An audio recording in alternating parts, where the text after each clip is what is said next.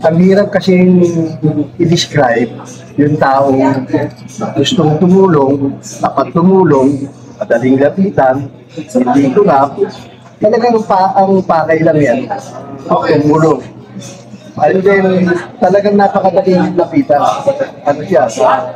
Pag nagsabi ka, haharapin ka, hindi ka tatalikuran, tatanungin ng problema, kaya, okay.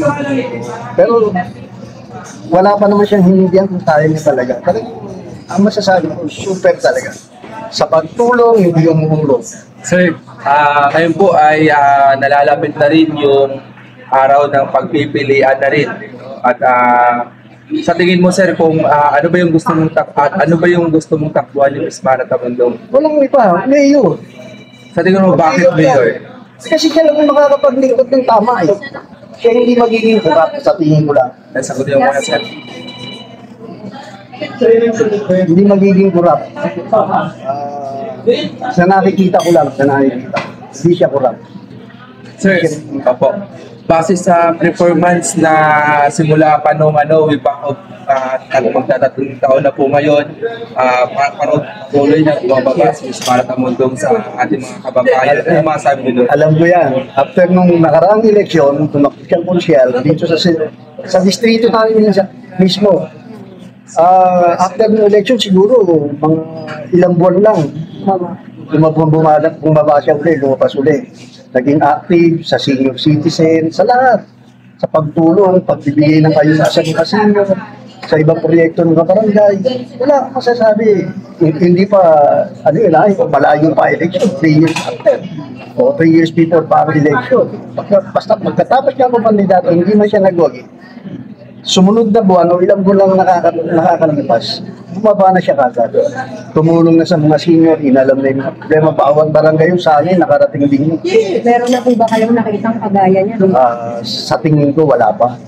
Mahirap siyang tapatan. Kasi servisyo talaga eh. Mahirap siyang tapatan. Hindi mo siya hindi katulad ng ibang politiko, yung mga nakaupo na. Makikita mo lang sa eleksyon, pag may patay. Ganyan, yung mga piyesta, lalagay ng tarpaulin. Doon mo lang sila makikita, pero lapitan mo sa city hall para ka nagmamakawang. Sir, at masabi na simula nung magtunog sa social media, hindi lamang sa social media, kundi din sa lungsod ng Maynila, na maraming nananawagan na pakbo si Miss Mara Tamundong sa mayor. Ano naman ang masabi na patuloy na dumarami ang sumusuporta kay Kinakabahan Miss Mara? sila. Yun lang yun, kinakabahan na sila. Kasi sa palagay ko lumalawak. Sa palagay ko rin matututo na rin ng mga tao, ang mga butante ng Maynila. Sa dinanas nila sa Maynila ngayon, mga nakarang administrasyon, palagay ko matututo na sila. Sir, bilang isang residente ng lungsod ng Maynila, ano yung masabi natin sa mga current administration na nakaupo dito sa Maynila? Pwede ba kayo magtanong doon? Pwede ka sumagot ng hindi? Pwede rin ka. Hindi, basta ako, ang masasabi ko lang, hindi ganun kaganda ang nangyari sa Maynila ng nakarang administrasyon. Yun lang. Alam naman ng mga tao kung ano yung nangyari. Hindi ko na kailangan i-elaborate pa eh. Yung kasi maririnig mo rin naman sa mga sinasabi ng tao, hindi na kailangan magbigay pa ng opinion. Sa 10 taong tanongin mo, palagay ko, doon dalawa lang ang nasisiya sa nangyari. So ayan, pensahin na lang sa ating mga kapwa Maynila. Sa tagamay o tagabila, sana pag-isipan natin maigi, lalo na itong darating na eleksyon. Sabihin na natin eleksyon.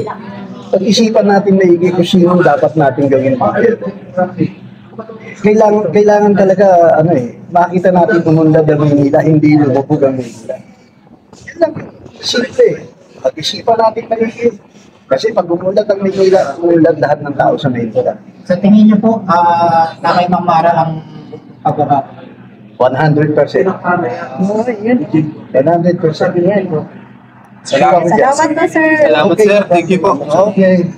Sige. At this positive